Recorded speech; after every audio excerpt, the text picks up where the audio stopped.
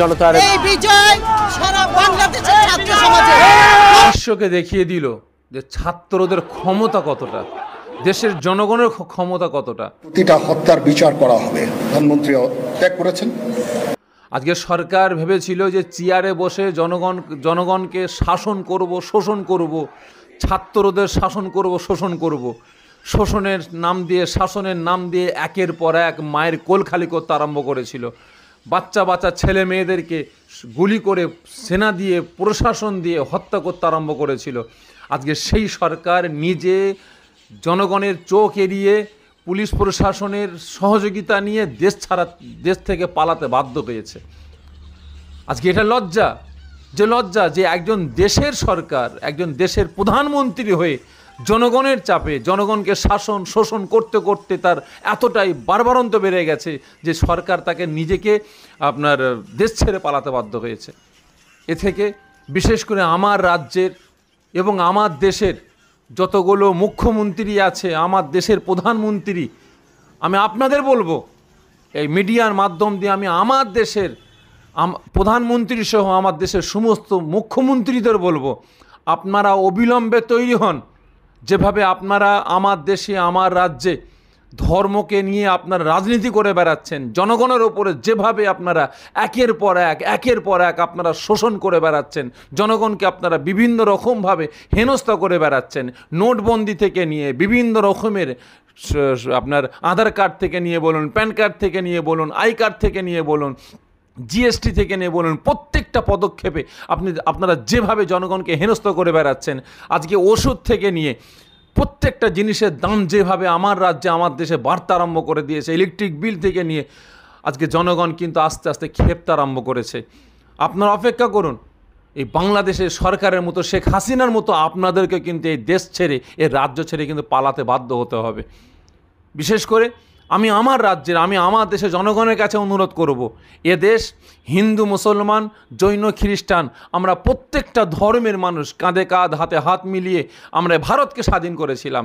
যেমন বাংলাদেশকে স্বাধীন করেছিল পাকিস্তানের অত্যাচার, জুলুম, নির্যাতন থেকে। প্রত্যেকটা ধর্মের মানুষ, হিন্দু, মুসলমান, জৈন, খ্রিস্টান, প্রত্যেকে কাঁধে কাঁধ, হাতে হাত মিলিয়ে পাকিস্তানের অত্যাচার, জুলুম থেকে বাংলাদেশকে স্বাধীন করেছিল। করার পরে আবার নতুন করে যখন হাসিনা সরকার আসলো, বছরের পর বছর জনগণের উপরে অত্যাচার, জুলুম, নির্যাতন শুরু করেছিল। ওই সরকারের বিরুদ্ধে কারো মুখ খোলার মতো ক্ষমতা ছিল না। যে প্রতিবাদ করতো তাকেই গায়েব করে দেওয়া হতো। হাসিনা সরকারের বিরুদ্ধে যে প্রতিবাদ করতো তাকেই শ্যুট করে মেরে দেওয়া হতো। ঠিক তদ্রূপ আমার রাজ্যে, আমার দেশে শুরু হয়ে গেছে চুরি, এবং বিশেষ করে আলেম উলামাদেরকে যেভাবে জেলে ঢুকিয়ে অ্যারেস্ট করা হয়েছে, অ্যারেস্ট করে জেলের ভিতরে তাদেরকে শহীদ করা হয়েছে।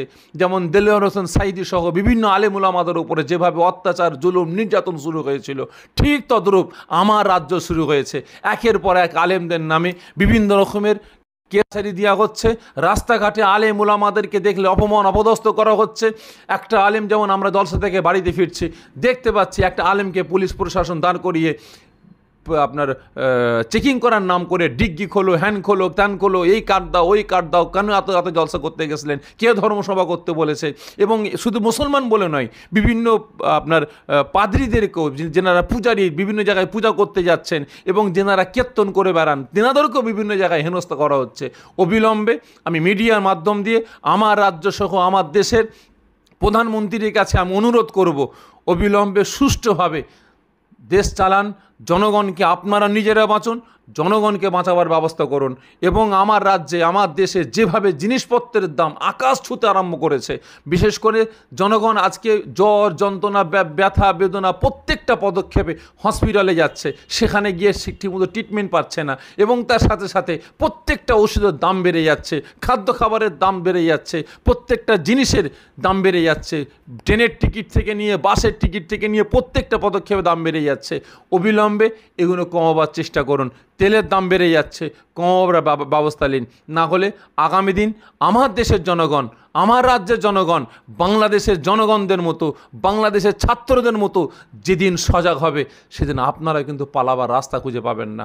বিশেষ করে আমি আমার দেশের, আমার রাজ্যের সমস্ত হিন্দু, মুসলমান, খ্রিস্টান, জৈন, শিখ, পার্সি, পাদ্রী যতগুলো ধর্মের ভাইয়েরা আছেন, আমি ফুরফুরা দরবার শরীফের পীর পরিবারের ছেলে হয়ে, এ দেশের একজন নাগরিক হয়ে আমি আপনাদের কাছে অনুরোধ করব, আমরাও সজাগ হই।